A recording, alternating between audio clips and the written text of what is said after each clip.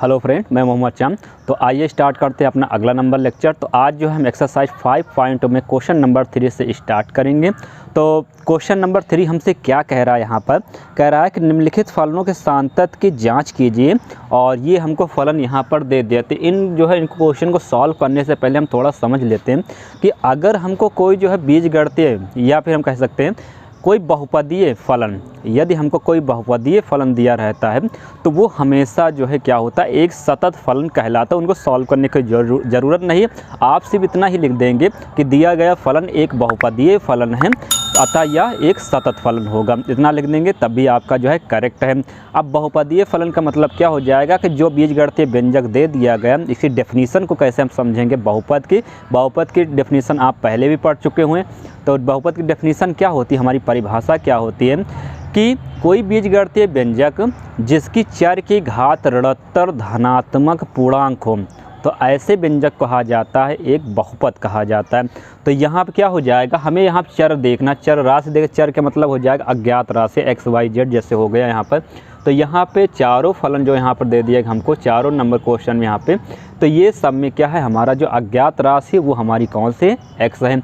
तो यहाँ पर अगर x की घात हमारी धनात्मक हो और उसके बाद वो पूर्णांक हो, अपूर्णांक नहीं होना चाहिए कि 2/3 1/2, अगर ऐसा दे दिया तो अपूर्णांक माना जाएगा।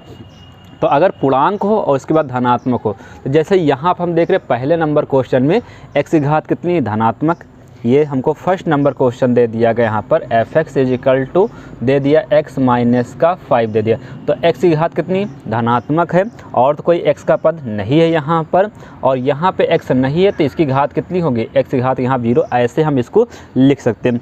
तो 1 भी हमारा धनात्मक और पूर्णांक है, 0 भी हमारा धनात्मक और उसके बाद क्या हो जाएगा, पूर्णांक हो जाएगा।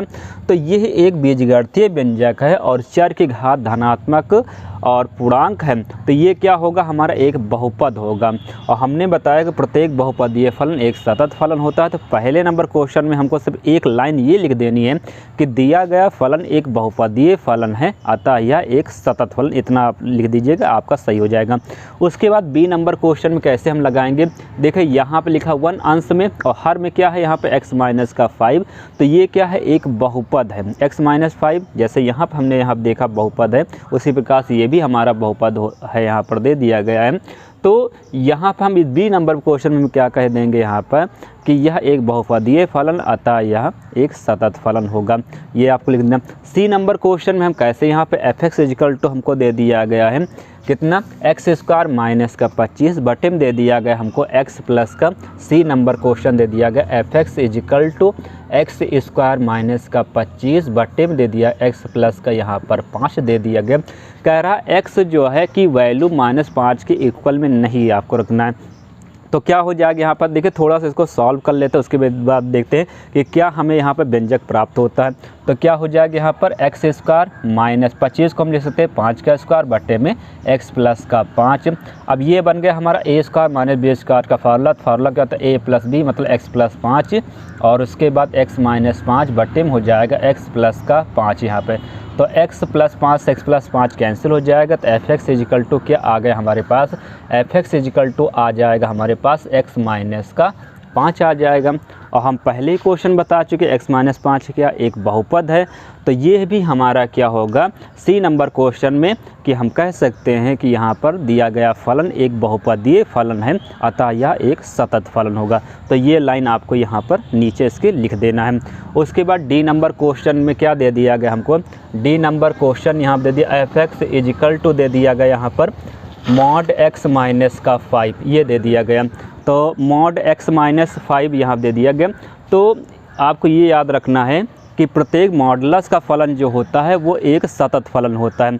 तो मॉडुलस ये क्या दिया, mod x - 5, x - 5 एक बहुपद है और ये मॉड के अंदर लिखा हुआ है, तो क्या हो जाएगा यहाँ पर, ये कहलाएगा हमारा एक मॉडुलस का फलन कहलाएगा।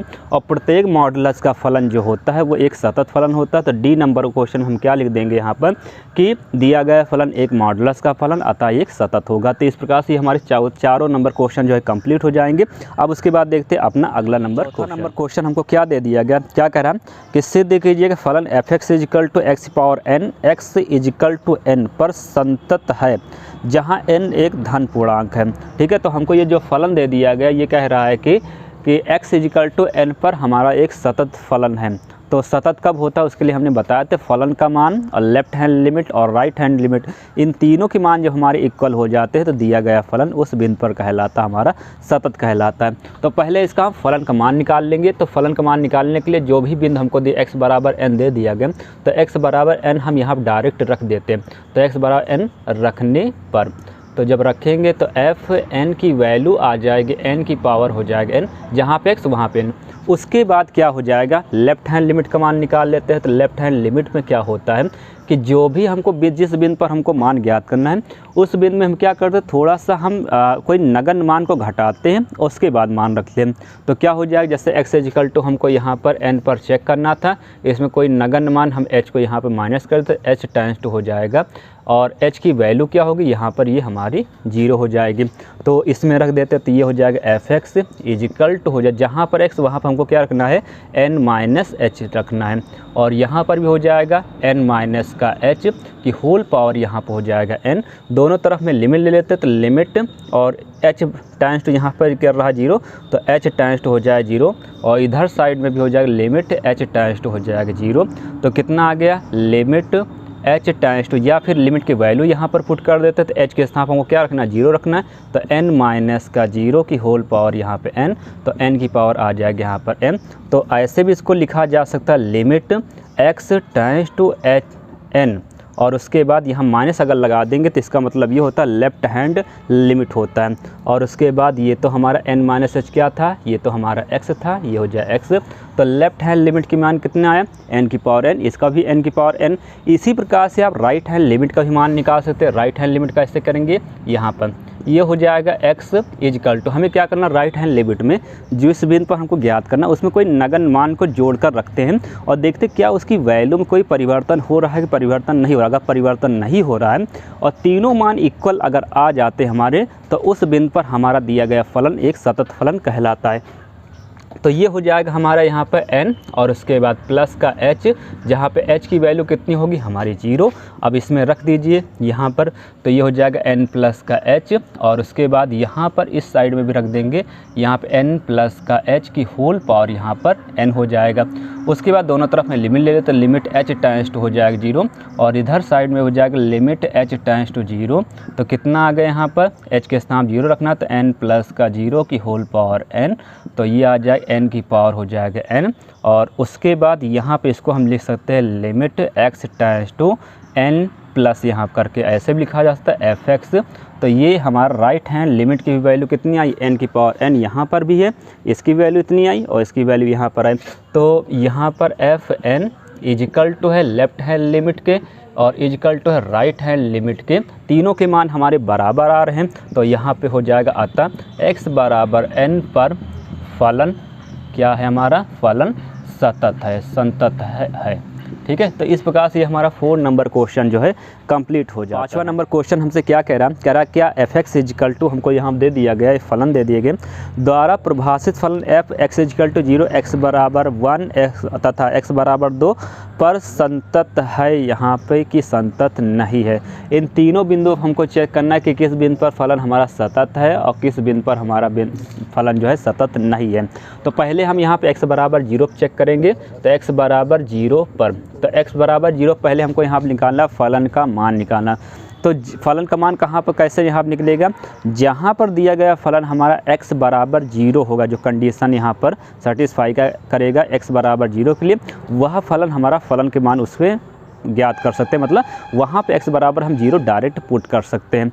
तो क्या हो जाएगा, देखिए यहाँ तो ये जो कंडीशन दे दी है x इज़ ग्रेटर देन 1, यहाँ पे तो x का मान 1 से बड़ा है, 0 के बराबर तो हो नहीं सकेगी, ये ऑलरेडी यहाँ पर क्या है 1 से बड़ा है, यहाँ पर हमको दिख रहा है। अब यहाँ पर देखिए क्या दिया, ये फलन हमारा दे दिया f(x), ये f(x) इजिकल टू x, यदि कह रहा है x less than r equal to यहाँ पर 1 दे दिया गया है। तो x हमारा 1 से छोटा है, अगर 1 से छोटा है तो x की वैल्यू कुछ कभी न कभी जो है इसकी 0 भी हमको प्राप्त होगी। तो यही हमारा पहला फलन क्या हो जाएगा 0 के लिए। यहाँ पर हम f(x) इजिकल टू यहाँ पर 0 मतलब एफ एक्स इजकल टू ये हो जाएगा हमारा एक्स, और यहाँ पे एक्स बराबर 0 हम यहाँ पे डायरेक्ट पूछ सकते हैं, एक्स बराबर 0 रखने पर तो एफ 0 इजकल टू हो जाएगा हमारा, तो कितना आ गया 0 पर हमारा फलन का मान 0 हो जाएगा। अब उसके बाद हमें लेफ्ट हैंड लिमिट का मान ज्ञात करना है। तो लेफ्ट हैंड लिमिट के लिए क्या हो जाए, जहाँ पर हमारा x क्या हो छोटा हो 0 से, तो देखिए यही क्या हो जाएगा पहला वाला ही फलन हो जाएगा यहाँ पर, क्योंकि ये 1 से छोटा है, तो 1 से छोटा होने का मतलब हो सकता है ये 0 से भी छोटा हो जाए हमारा। तो क्या हो जाएगा फर्स्ट फलन ही हम यहाँ पर ले लेंगे पहला, तो ये हो जाए एफ एक्स। उसके बाद यहाँ क्या करना, अब हमको x बराबर 0 नहीं पुट करना, 0 से कोई नगण्य मान घटा कर रखना, तो हमने यहाँ पर h घटा दिया और h की वैल्यू क्या होगी यहाँ 0, तो लिख सकते हैं लिमिट h टेंड्स टू 0 और f यहाँ पे x वहाँ पे लिख देंगे 0 माइनस का h इजिकल टू यहाँ पे 0 माइनस h और लिमिट आ जाएगी यहाँ पर h टेंड्स टू 0 और उसके बाद यहाँ पे h के सामने 0 रखें तो कितना प्राप्त हो जाएगा 0, तो इसको लिखा जा सकता है x टेंड्स टू यहाँ पर 0 माइनस और उसके बाद एफ एक्स, इसकी वैल्यू कितनी आई यहाँ पर हमारे पास 0 ही आई हमारे पास। इसी प्रकार से इसी में हम थोड़ा सा सही कर देंगे यहाँ पर, देखिए लेफ्ट हैंड लिमिट का जिस प्रकार से मान ज्ञात कर उसी प्रकार राइट हैंड लिमिट का भी मान ज्ञात कर। राइट हैंड लिमिट में क्या होता है, बस यहाँ जो है 0 माइनस हमने किया उसी प्रकार से हम कर देंगे यहाँ पर 0 प्लस कर देंगे यहाँ पर, तो ये भी हो जाएगा प्लस हो जाएगा और यहाँ पर भी हो जाएगा प्लस हो जाएगा, यहाँ पर भी हम कर देंगे प्लस। अब ये कंडीशन यहाँ क्या बनेगी हमारी x ग्रेटर देन हमारे 0, मतलब x का मान 0 से बड़ा होना चाहिए। अब 0 से बड़ा होना चाहिए, यहाँ पर देखिए क्या लिखा है, ये दूसरा जो फलन हमारा दे दिया गया, ये दूसरे फलन में x हमारा 1 से बड़ा है, 1 से बड़ा है, और ये वाला फलन हमारा क्या हो जाएगा यहाँ पर x less than r equal to यहाँ पर 1, तो x जो है 0 से हमारा 1 से छोटा भी दिख रहा है और उसके बाद x से हमारा जो है 1 के बराबर, तो ये क्या हो जाए यही पहला ही फलन हमारा क्या हो जाएगा राइट हैंड लिमिट के लिए। तो सेम ऐसे ही क्वेश्चन लगाना है, बस जहाँ पे माइनस वहाँ प्लस कर देंगे, तो तीनों ही मान क्या हो जाएंगे फंक्शनल वैल्यू इसकी left hand limit right hand limit तीनों के मान इक्वल आ रहे हैं यहाँ पर। ये हो जाएगा f0 equal to left hand limit उसके बाद equal to right hand limit, ये तीनों के मान बराबर हैं, तो ये हो जाएगा अतः x बराबर 0 पर फलन सतत है। ये क्या हो जाएगा फलन जो है सतत है यहाँ पर, तो ये 0 के लिए तो चेक हो गया। उसके बाद इसी प्रकार से हम क्या करेंगे यहाँ पर 1 के लिए भी चेक करेंगे। अब 1 के लिए कैसे चेक होगा यहाँ पर देखिए, जहाँ पर ये हमारा जो x 1 के बराबर होगा वहाँ फलन का मान निकाला जाएगा। जैसे x बराबर यहाँ पर 1 लिखा हुआ है, तो ये क्या हो जाएगा x बराबर 1 पर, इसके लिए हो जाएगा हमारे पास कितना एफ एक्स इजिकल टू हो जाएगा यहाँ पर x, क्योंकि x यहाँ क्या है बराबर 1, तो यहाँ पर x बराबर 1 हम डायरेक्ट रख सकते हैं। x बराबर 1 रखने पर तो ये हो जाएगा f1 इजिकल टू हो जाएगा हमारा कितना x के स्थान 1 रखे तो f1 की वैल्यू हो जाएगी हमारे पास 1 हो जाएगी। उसके बाद लेफ्ट हैंड लिमिट का मान निकालना, तो लेफ्ट हैंड लिमिट का मान कैसे निकलेगा, तो लेफ्ट हैंड लिमिट के लिए देखिए जहाँ पर x हमारा क्या हो छोटा हो 1 से, तो वो फलन हमारा होगा लेफ्ट हैंड लिमिट के लिए होगा। तो कहाँ छोटा है, पहला ही फलन हमारा 1 जो है यहाँ पे x जो है 1 से छोटा है, तो यही फलन हमारा लेफ्ट हैंड लिमिट के लिए होगा। तो ये हो जाए एफ एक्स इजिकल टू हो जाए x। अब यहाँ पे x इजिकल टू आपको 1 नहीं रखना है, बल्कि इसमें कोई नगण्य मान को घटा कर रखना है। तो हमने यहाँ पे h घटा दिया और h की वैल्यू क्या होगी 0, तो लिमिट h टेंड्स टू 0 और ये हो जाएगा x के स्थान पर 1 माइनस का h इजिकल टू इधर भी साइड में लिमिट h टेंड्स टू 0 और यहाँ पर हो जाएगा 1 माइनस का h, तो रखेंगे जब यहाँ पर तो लिमिट h के स्थान जब 0 रखा जाए तो 1 माइनस का 0, तो कितना आया यहाँ पर 1, तो लिमिट इसको ऐसे भी लिखा जा सकता है x टेंड्स टू कितने हम चेक कर रहे थे, हम यहाँ चेक कर रहे थे 1, तो 1 माइनस और उसके बाद एफ एक्स। इससे पहले हम चेक कर रहे थे यहाँ 0, तो हमने क्या लिखा 0 माइनस 0 प्लस लिखा था।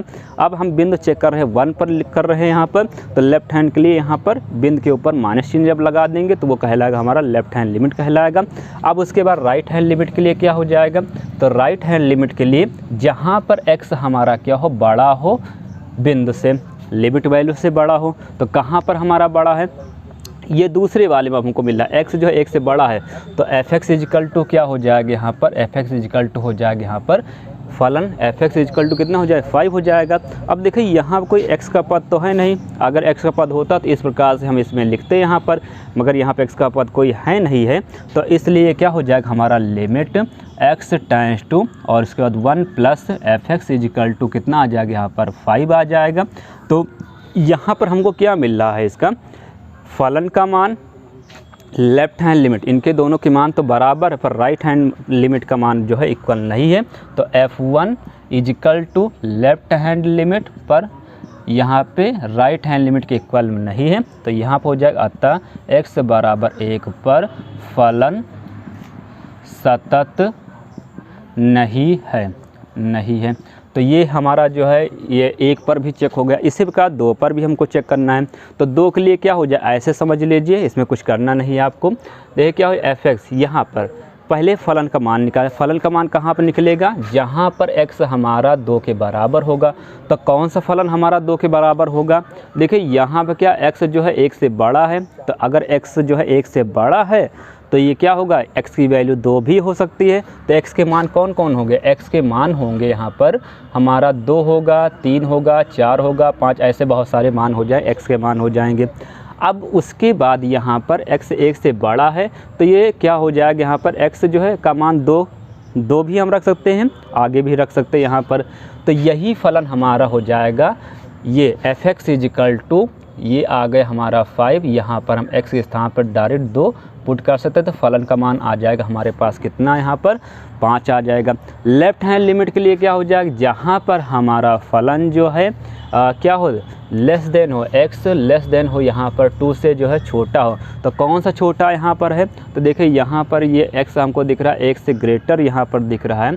तो x से 1 से अगर ग्रेटर है तो x की मान कौन कौन सा, तो 1.1, 1.2, 1.3, तो ये सभी मान हमारे क्या है 2 से छोटे हैं। तो लेफ़्ट हैंड लिमिट का भी मान कितना होगा, 5 होगा। और राइट हैंड लिमिट के लिए देखिए ये 1 से बड़ा है, तो 1 से बड़ा मतलब 2 होगा, 3 होगा, 4, तो 3, 4, 5 ये सब क्या है हमारे जो है 2 से बड़े हैं। तो ये राइट हैंड लिमिट के लिए भी काम करेगा इसमें। तो राइट हैंड लिमिट का भी मान कितना होगा, 5 ही होगा। तो फंक्शनल वैल्यू भी 5 होगी, लेफ़्ट हैंड लिमिट का भी मान भी 5 होगा और राइट हैंड लिमिट का भी मान 5 होगा यहाँ पे। तो तीनों के यहाँ पे मान हमारे इक्वल हैं।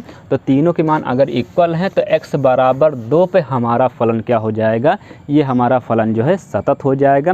तो इस प्रकार से हमारा जो है 5वां नंबर जो है क्वेश्चन ये कंप्लीट हो जाएगा। इसके आगे क्वेश्चन जो अपने अगले वीडियो में डिस्कस करेंगे।